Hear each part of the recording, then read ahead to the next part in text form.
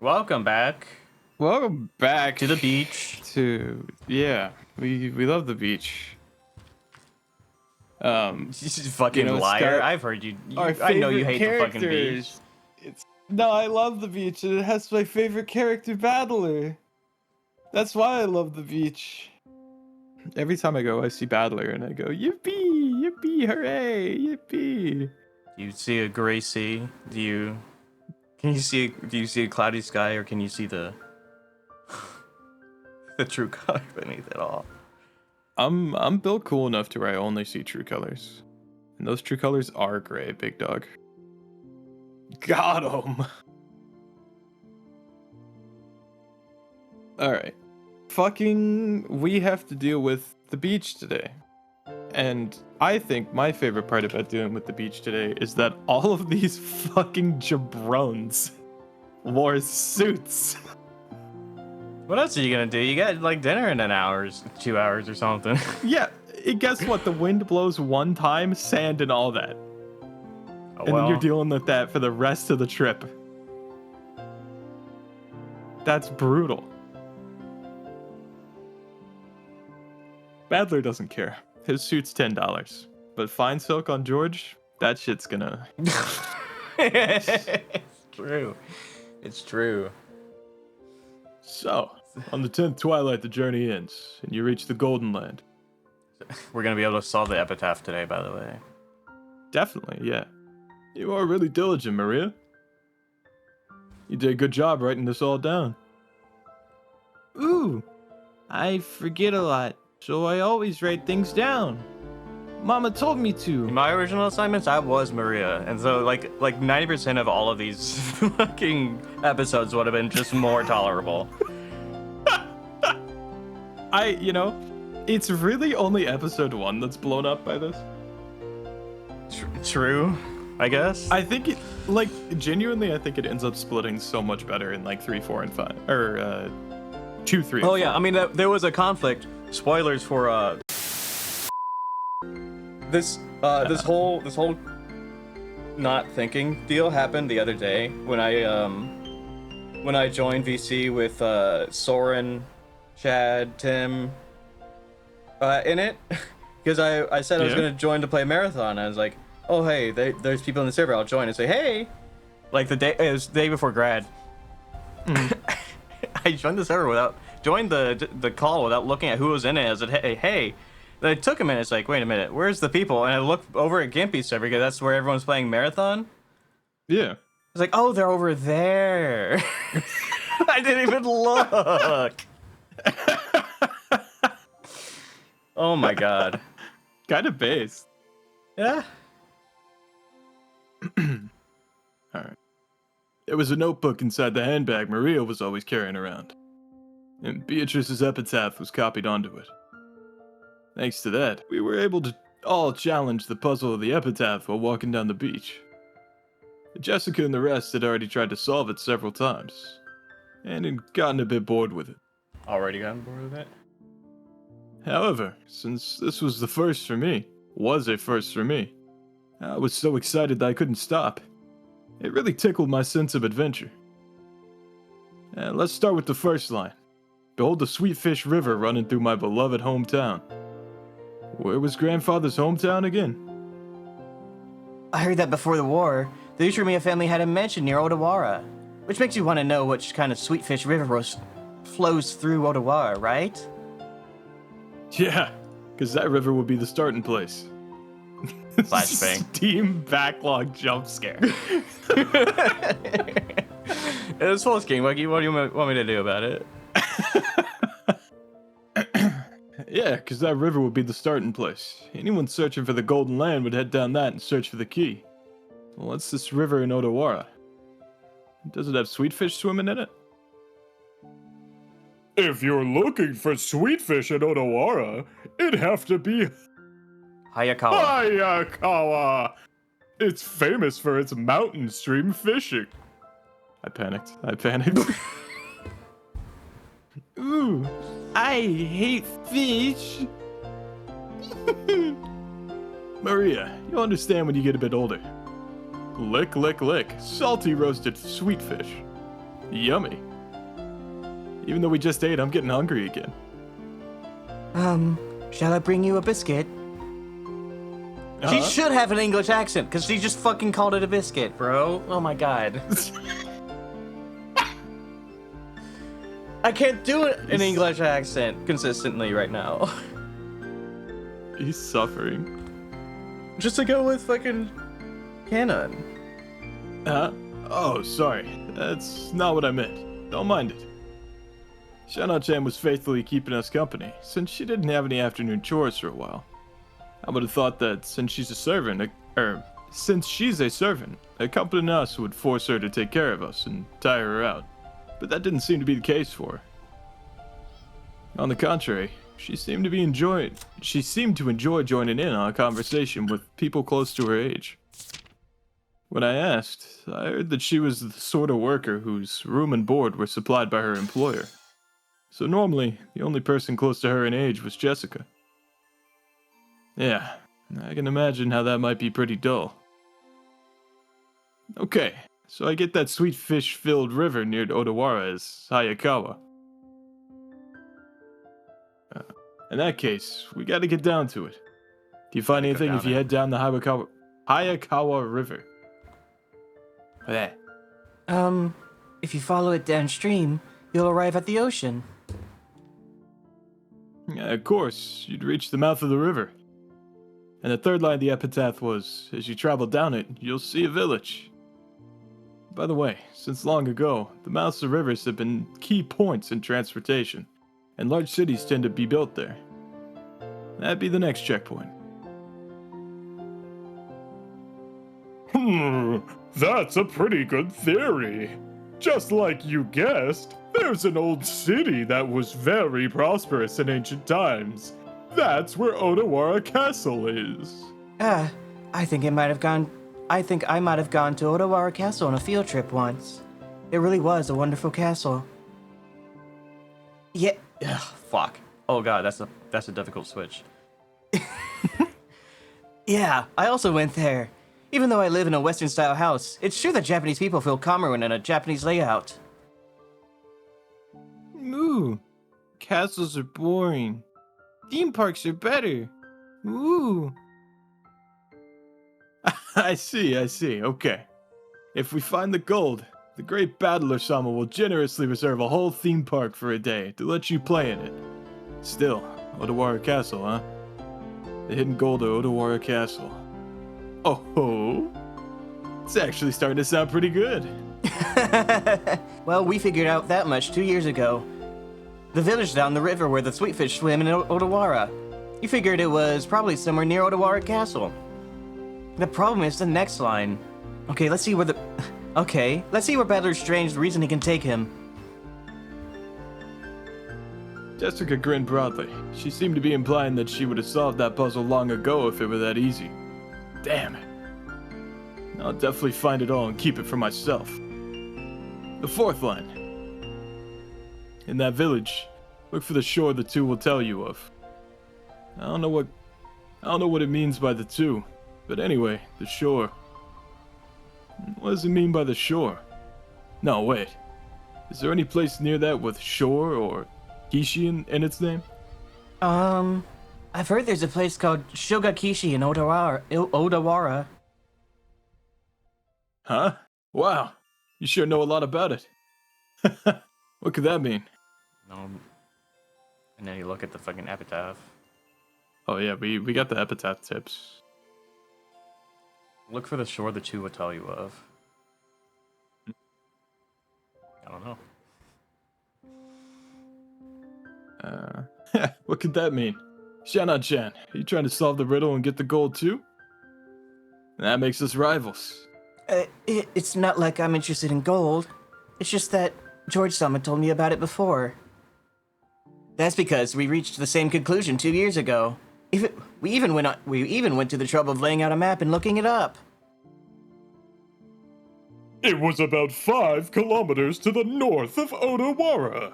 We definitely found a place called Sogakishi there. However, after that, we got stuck.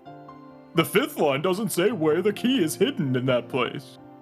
Maria-chan, could you read it for us? Ooh, there sleeps the key to the Golden Land. Ooh, I could read it. Sogakishi is probably large, and there wasn't ever any house built there by the Ushimiya family. Not much we can do to find a key in such a vast area without any hints. No, you're right. Without the key, we can't advance to the next line. George and Nikki, what kind of place is Shogakishi? Let's see.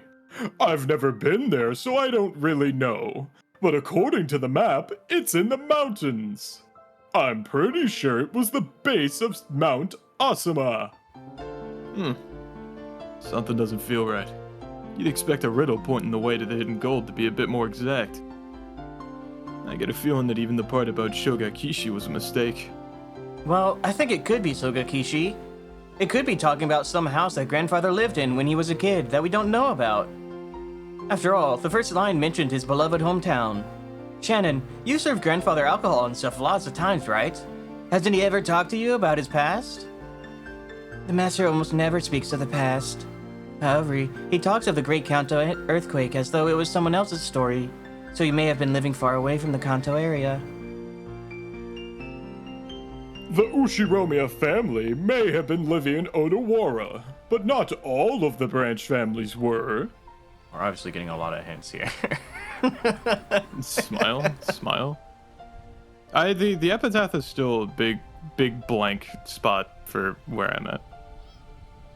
The Ushiromiya family may have been living in Odawara, but not all of the branch families were. Grandfather often calls himself part of a branch family, the least connected to the successor. And that means the beloved hometown might not even be Odawara at all. I never heard anything about grandfather's hometown, and I doubt he'd actually tell me if I asked. If the so-called beloved hometown isn't referring to the Ushiromiya family's roots, then the Odawara theory is wrong from the beginning. Of course, this doesn't completely remove the possibility that it was Shogakishi. For example, perhaps he lived in Odawara when he was very young, but then moved far away later. Thank you, George. Ooh, I don't understand what you're all talking about. Ooh. Maria had been completely left out of the conversation, and now she sat puffing out her cheeks in boredom. So basically, if we can't even agree on the starting point for this dice game of gold, we're totally stuck. Yeah, but wait. After the first 5 lines, the thing we end up finding is a key, right? Even if you don't have a key, it's always possible to bust through a door. Can't we just skip the first 5 lines and start figuring out the rest?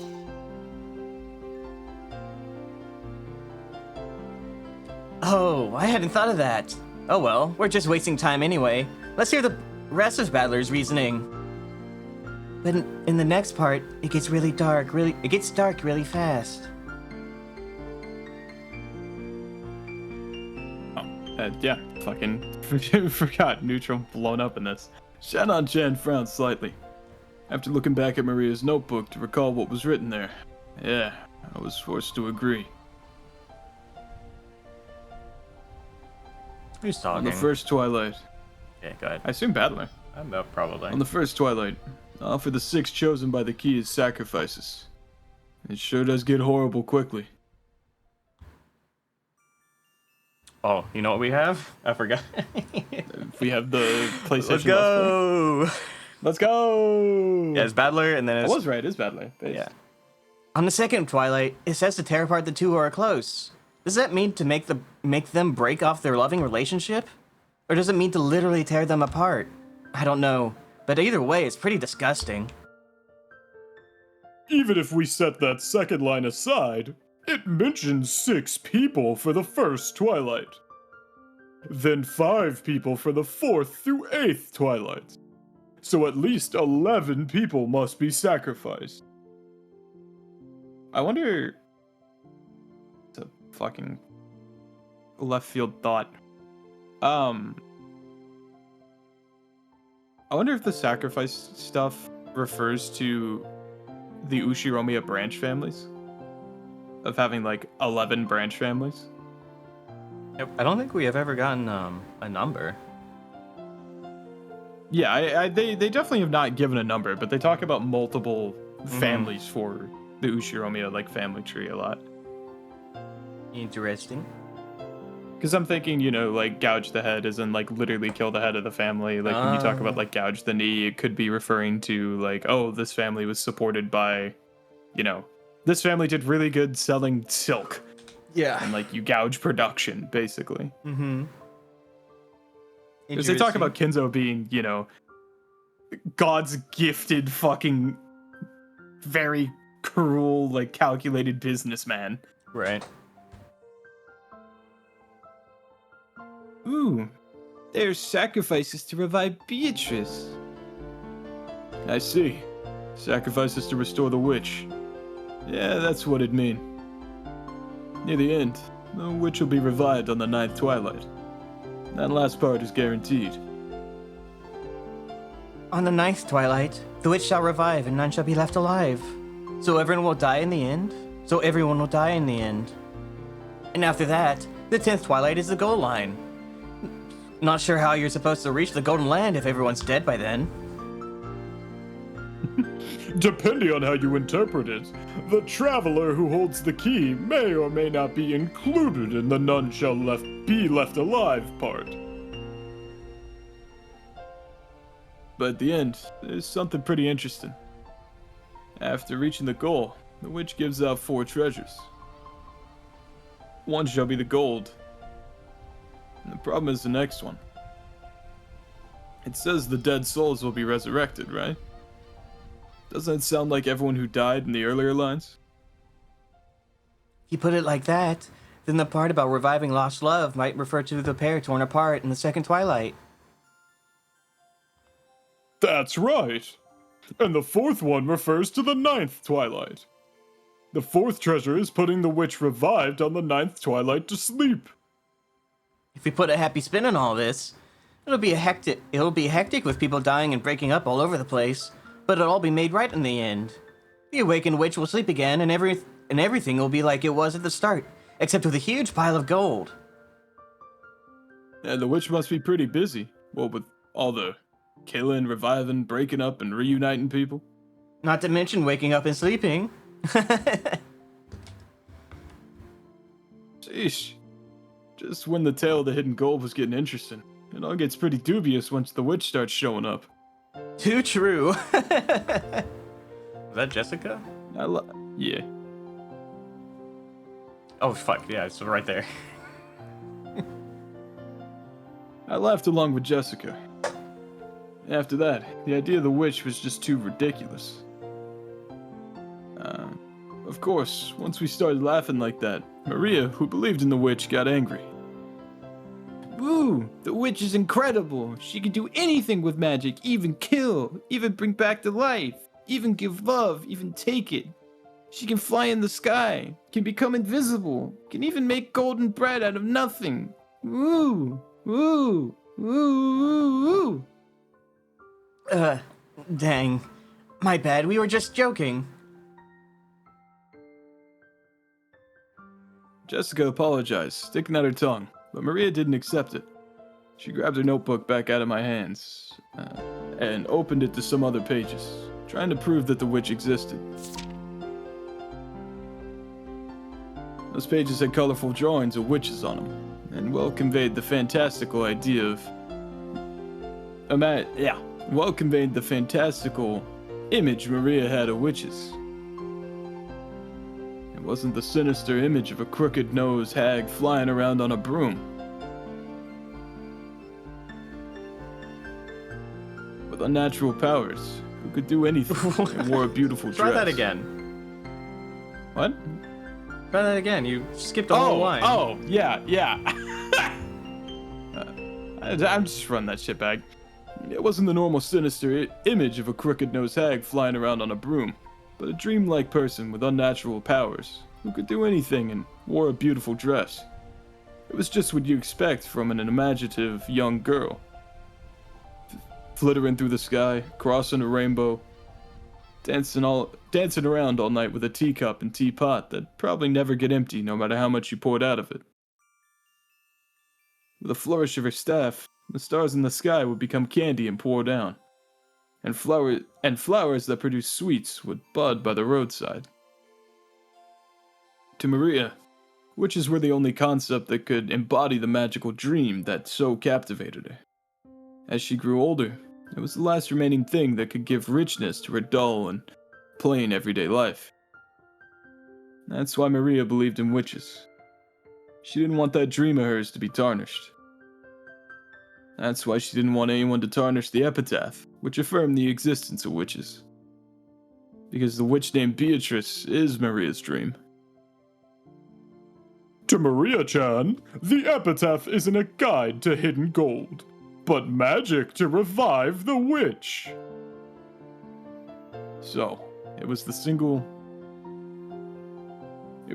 link between Maria and the witch. Maria was very angry and clung to George and Nikki.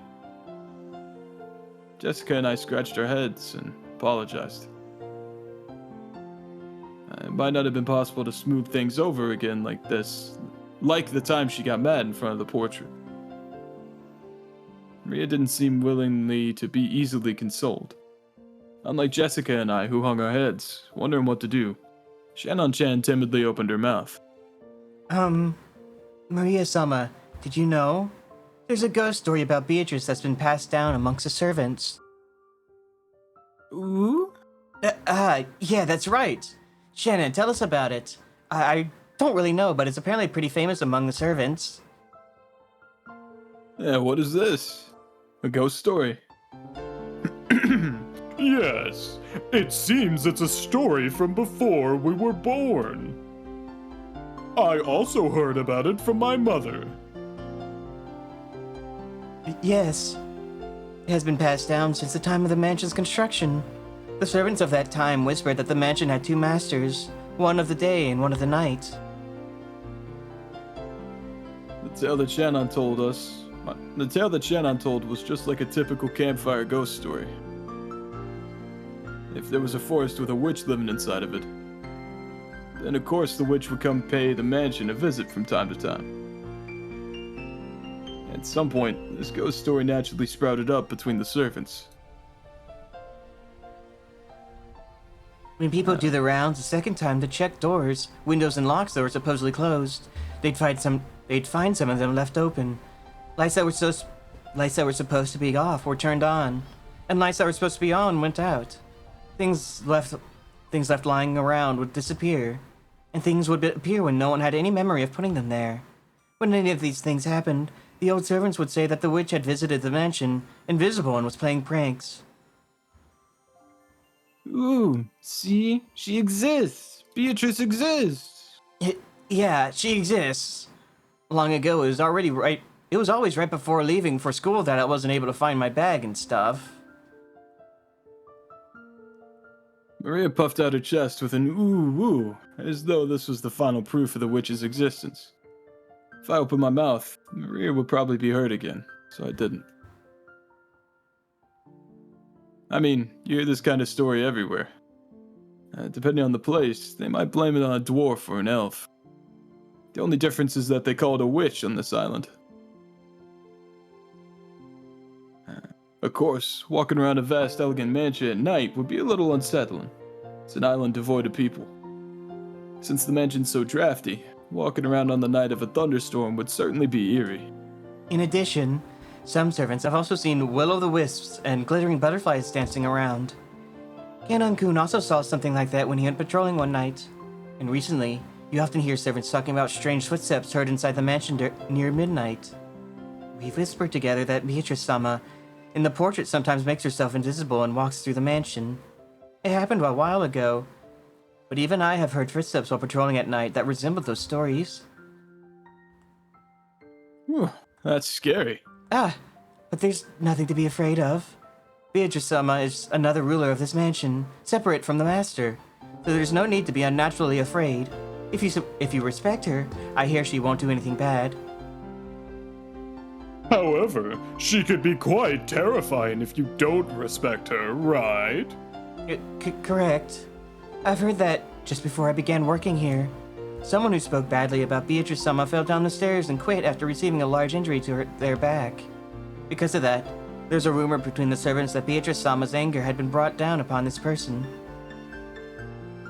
Ooh, anger will definitely be brought down upon Badler and Jessica. Ooh. I don't want to hear her anger brought down on me. I apologize, Maria. Of course, I also apologize to the witch. I'm sorry, Beatrice-sama. Please forgive an outsider's nonsense. I'll apologize as well. I'm sorry, Beatrice-sama. Will the witch be able to forgive us now? Ooh, don't know. Witches are fickle, so they forgive when they want to, and don't when they want to. Ooh. That's no good. Maria-chan, isn't there some kind of good luck charm that could prevent Battler-kun and Jessica-chan from suffering Beatrice-sama's wrath? Maybe something that can block against magic. By relying on Maria, who was proud of knowing the most about witches, George was trying to revive her self-esteem. Once again, gotta admire his ability to calm kids down. After taking a moment to cross her arms and seriously ponder whether there might be a charm that could save us, she started flipping through the pages in her notebook. I thought it was just a scribbled diary.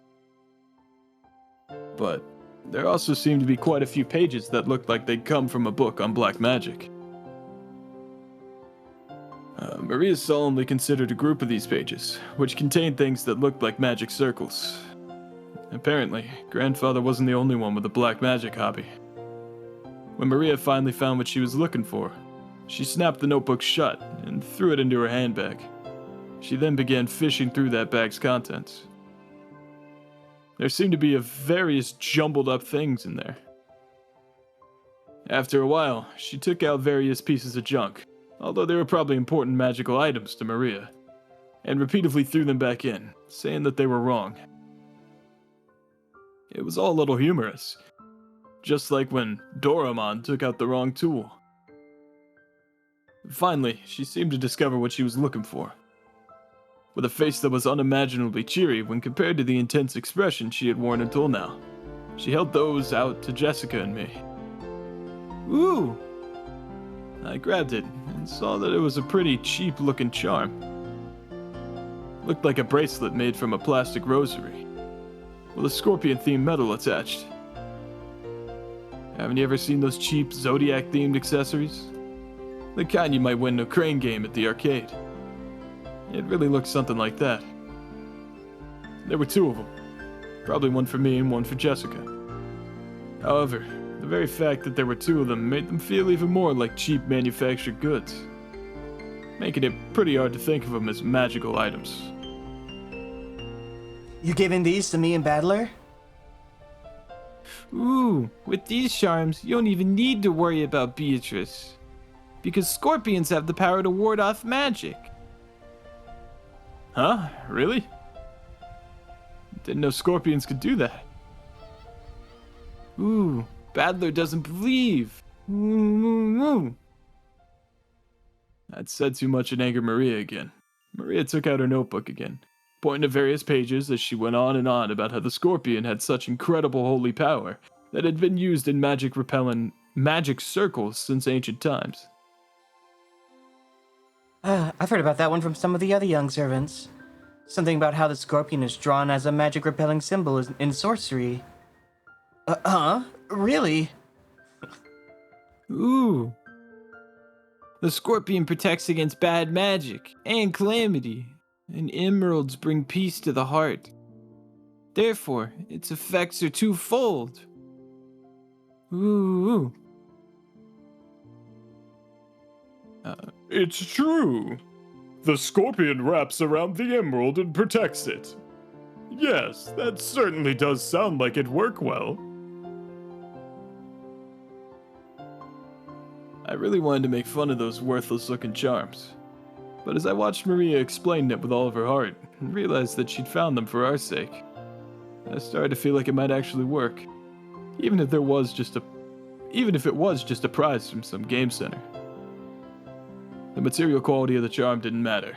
What mattered was the strength of her feelings. Even I don't think of myself as the sort of loser who'd laugh at something like that.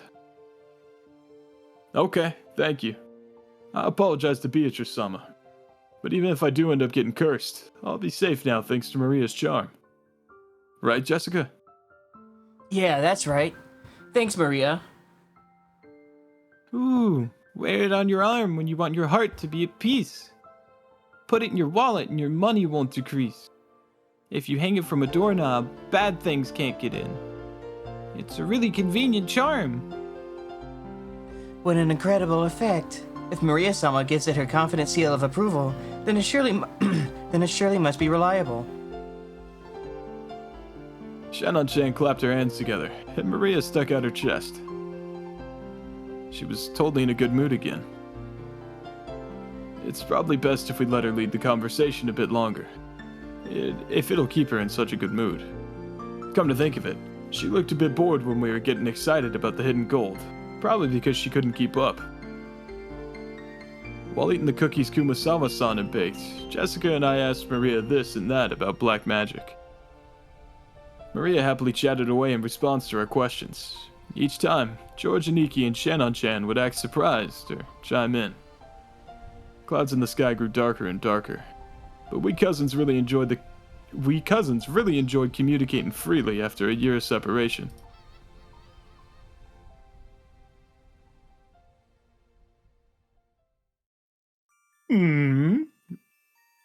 Did I just feel a drop on my forehead? Huh? I wonder. I cannot fucking read I wonder without hearing the Rina I wonder. It's permanently I wonder. Dude, it is permanently attached to my brain. Like, as George Aniki rubbed his forehead, he looked up at the sky. Considering the color of the sky and the dampness of the air, it wouldn't have been odd for a raindrop to hit him. The wind also seemed to have grown a bit stronger. Ooh, I didn't feel a drop. Only I didn't. Ooh. Don't worry, neither did I. Anyway, I'm sure it'll rain so much tonight that everyone will get plenty of raindrops. That's right. Maybe we should head back soon. Shannon-chan looked down at her watch. It was probably well into the evening by now. Is it already time for you to return to your work? Yes. Thank you very much for allowing me to enjoy some time together with you all. Tell Kumasawa-san thank you for the cookies. Okay, everyone, help out with the cleanup. Shannon-chan declined our help, saying that this was a servant's job. But picking up dropped forks before the waitress has to is pretty much my purpose in life. Based. my coat, bro. We folded up the blanket, gathered up the trash, and helped clean everything else up. Ooh, the trash is getting away. Ooh. I won't let it escape. I'll grab it before Maria does. Ooh, I'll grab it. Ooh. Maria, don't get your shoes wet. You'll get in trouble. To Maria, chasing after some trash sent flying by the powerful winds was just another game. By the time we were finished, the wind was blowing pretty strongly. Probably a good time to head back. You've all helped me out a lot. Thank you very much. It looks like you're really out of time. It's okay if you head back first. George Aniki perceived from her hurried appearance that very little of her free time was left. Genji-san's very strict about time. If you don't show up where you're supposed to be at the right time, I'll bet he'll be pissed. We'll see you later. Do your best with your work. Yes. Then, if you will excuse me. After making a respectful bow, Shannon-chan ran towards the rose garden. Okay, let's head back to the guest house. We can watch TV or something and relax a little. Ooh, wanna watch TV. Wanna watch TV. Ooh. Then it's decided. Let's all head back and watch TV together. Maria, who wasn't done having fun, agreed once television was mentioned. We climbed up the gentle stairs and returned to the rose garden.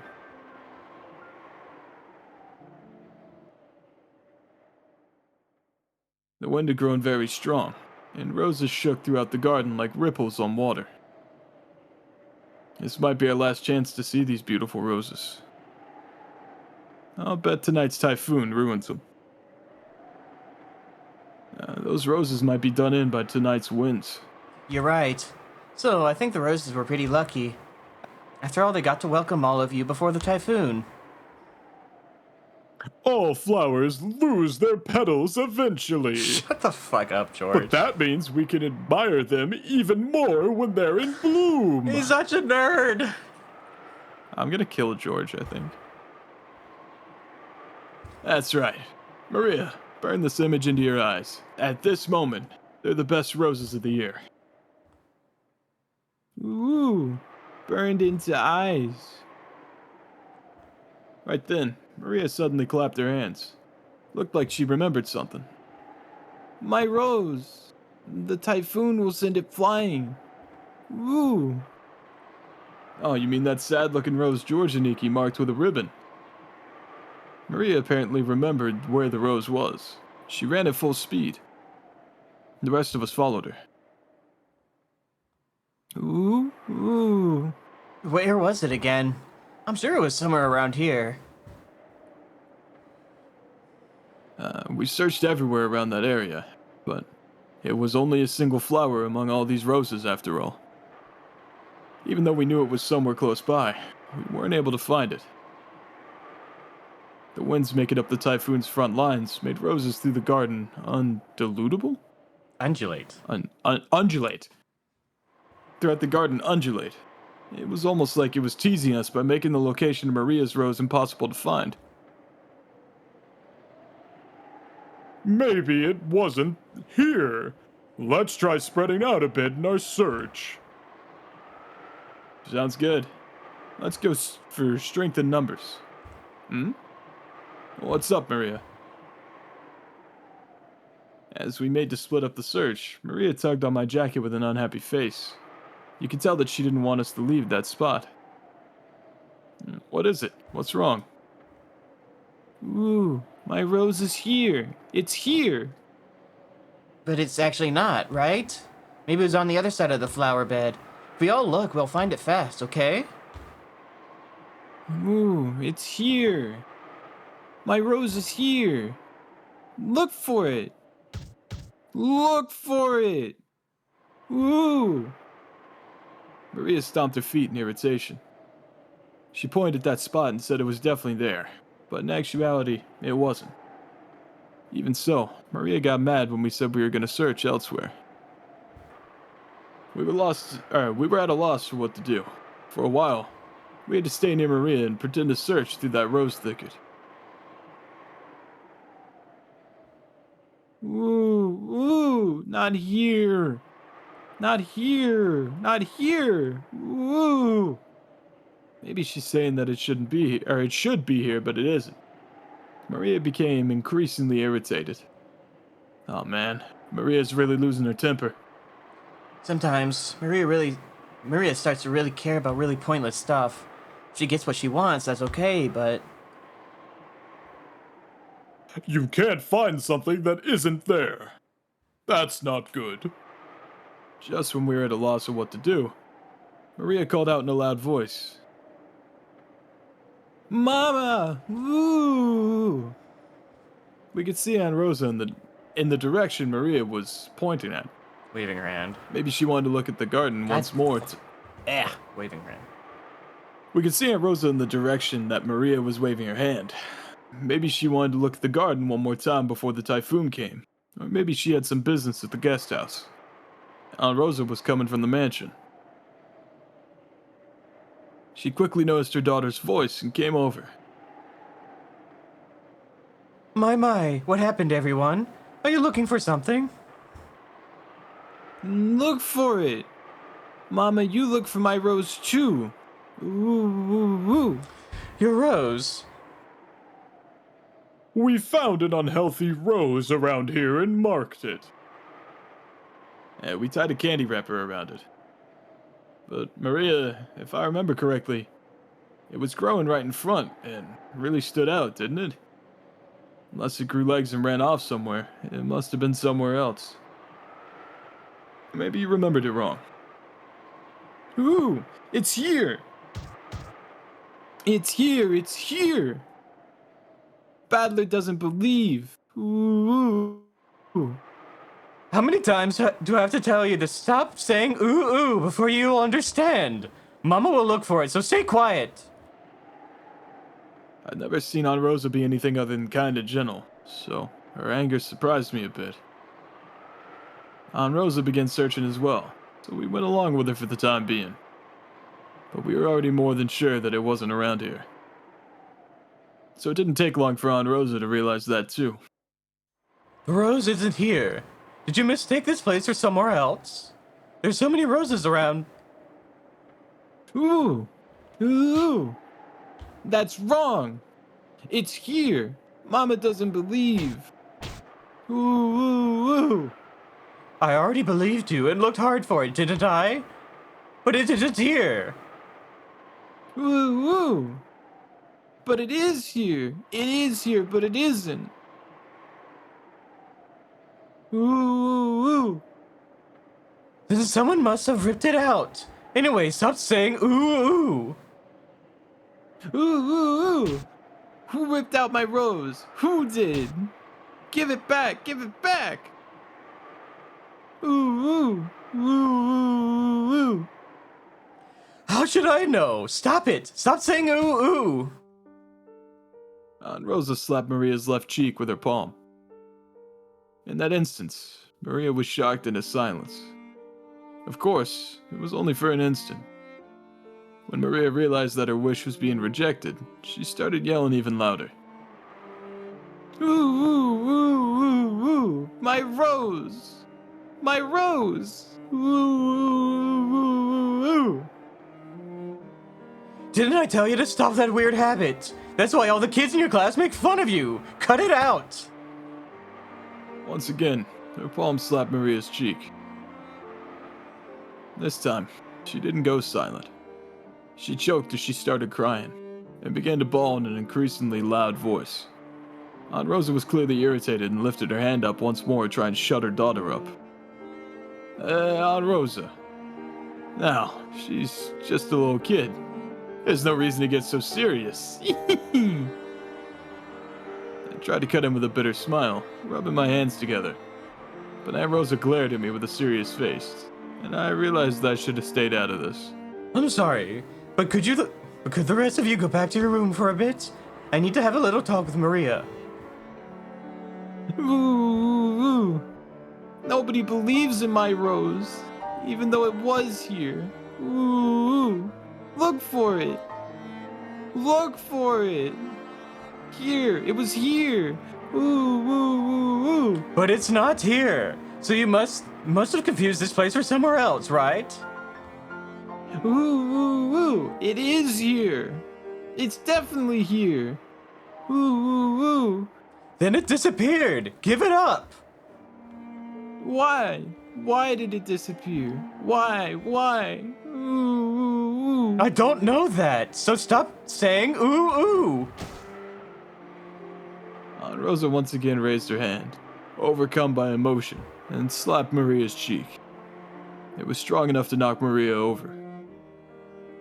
Hey, Aunt Rosa, even if she is your daughter, violence isn't the answer. I stepped between them to protect Maria, who was still on the ground crying ooh ooh. I knew that, as an outsider, problems between parent and child were none of my business. But I wasn't brought up just to silently observe something like this. Don't you think it's weird, Battler-kun? Are there any girls at your school? Are there any girls at your school who mutter ooh ooh? Well, I'm in high school. But for an elementary schooler, I think saying ooh ooh is pretty cute. Cute? Saying ooh ooh is cute? Cute? My careless words seem to have earned me Aunt Rosa's wrath. She grabbed my collar with a terrifying expression. Don't say such nonsense. Do you know how old Maria is? She's 9. She's a 4th grader, not a kindergartner. But she still makes that sound during class. Don't you get it? Do you know what they say about this kid when they bully her? Thanks to this weird habit, she still hasn't made a single friend. Don't turn your eyes from reality and carelessly call Maria cute. Think more seriously about this kid's future. Ooh ooh ooh ooh ooh ooh ooh ooh. I told you, stop making that sound. Didn't I tell you to stop it? Aunt Rosa struck Maria's quivering head, from which an increasingly unhappy voice was rising. I tried to stop it, but Aunt Rosa pushed me away. My back hit George Aniki. A long time ago, Aunt Rosa thought of it as nothing more than one of Maria-chan's baby words.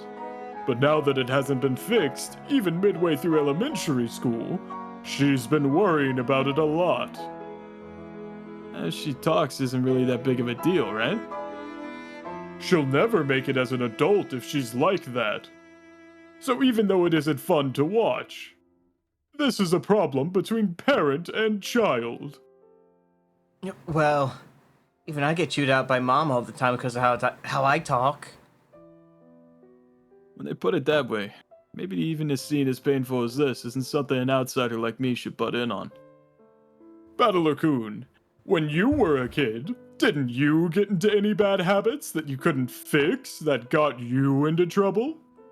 Yeah, well, 1 or 2. On Parents' Day once, I kept getting yelled at in front of everyone, and it was embarrassing as all hell. Well, then you can understand how the 2 of them must feel right now. I'm sure they don't want us to be here now. You understand too, don't you, Jessica-chan? I don't think anyone likes to be seen when they're being scolded. Let's go. We'll return to the guest house. Then after Maria-chan comes back, let's welcome her as if nothing happened. That's probably for the best, isn't it? No. No, not in the slightest. Me watching a child get their shit kicked in? I guess it would be the best to leave! We thought George Aniki's point was probably a reasonable one. And we may have been eager to use that reasonable sounding argument as a justification to retreat from this heart-rending scene. Jessica and I nodded at George Aniki, and we all left. We called out towards Maria, telling her that we were going to head to the guest house. But she didn't seem to hear. So we all sort of felt guilty and shameless after saying it. In that case, look by yourself as much as you want. Mama doesn't care. Ooh, I'll look for it. I'll look for it by myself. Even if Mama doesn't care. Ooh, ooh, ooh, ooh. Have it your way. After blasting her with those last few words, Rosa spun on her heels quickly and returned to the mansion. Maria probably viewed that as a cold gesture meant to injure, but that wasn't Rosa's intention. It was because the hand with which she had emotionally struck Maria's cheek was still numb. Neutral. Oh, this is neutral. It's because the hand. No way this is Badler. I said no way this is Badler. It was because the hand in which she had emotionally. Fuck. It was because the hand with which she had so emotionally struck Maria's cheek was still numb. It was because, if she stayed there screaming, she might again be taken over by her emotions and continued slapping her daughter's cheek over and over. After Rosa left, Maria was left alone in the rose garden. The wind began to blow stronger and stronger, and every once in a while, a raindrop would fall on her head. However, Maria couldn't leave that place, not until she found that poor wilting rose. It had definitely been there. Even so, it wasn't. Even though she knew the place, and even though she knew the place, and even though it had been there, it wasn't. Maria bitterly stared at the place it was supposed to be and thought frantically. Maybe the angle I'm looking at from... Maybe the angle I'm looking from is wrong. Maybe the height I'm looking from is wrong. While gazing at a single point, Maria repeatedly stood up, changed her position, and continued to stare. The wind was getting stronger and stronger, but Maria kept looking for that rose in front of the flower bed. God damn it. I can't talk.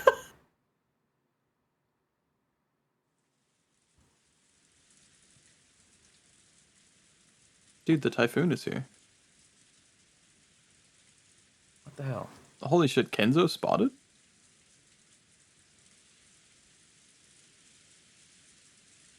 Yeah, we're in the last minute here.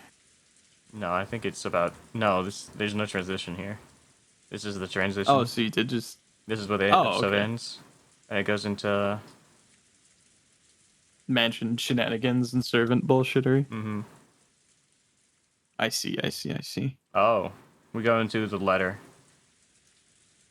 Ah. Oh, no, there it is. It's right fucking there. It's 7 minutes from now. 7 minutes from now, so we can go. That's why I was coming through, because there's no way this is the fucking ending. That's we cut it like that. Alright, yep. Ginzo noticed the sound of the raindrops beating on the window. It seemed to be pouring down thickly. It had begun to rain later than the weather report had predicted. Ginzo approached the window as if being summoned by the sound of the rain. The sound of the rain... The sound of the rain... The sound of the rain is a sound of silence.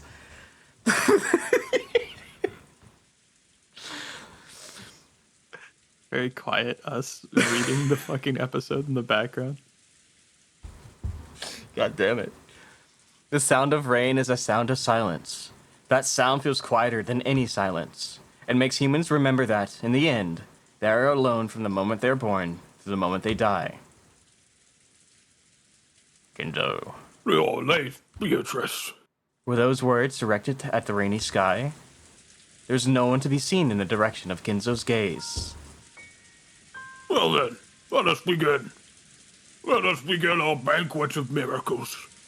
This island now has been cut off from the world. Now there are none who can interrupt my ceremony. There are many fitting sacrifices for you. 4 of my children, 3 of their companions, 4 of my grandchildren, me and my guests and my servants. You may devour as many as you please. The key of fate will select the sacrifices in accordance with the demon's roulette. If that roulette chooses me, even I will become your sacrifice. However, because of that, because I will bet on such madness, I will most assuredly bring forth a grand miracle. Come, devour to your heart's content. I will achieve victory over that roulette. Yes, I'll put everything on the line. First, I'll return the inheritance of the Ushiromiya family. Accept it.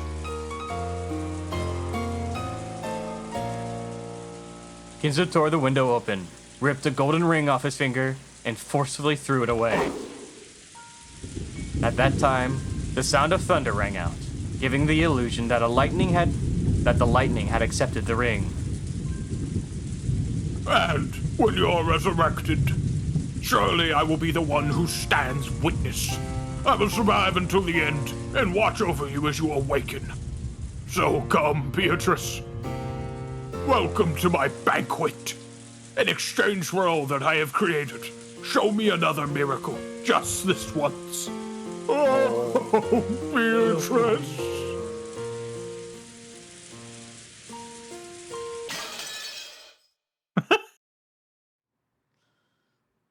I'm thinking about last time. We got to that point, stopped, recorded 5 minutes, and then the episode ended. Alrighty. See you guys next time. For a properly started episode. True. Who knows? It's 5 p.m.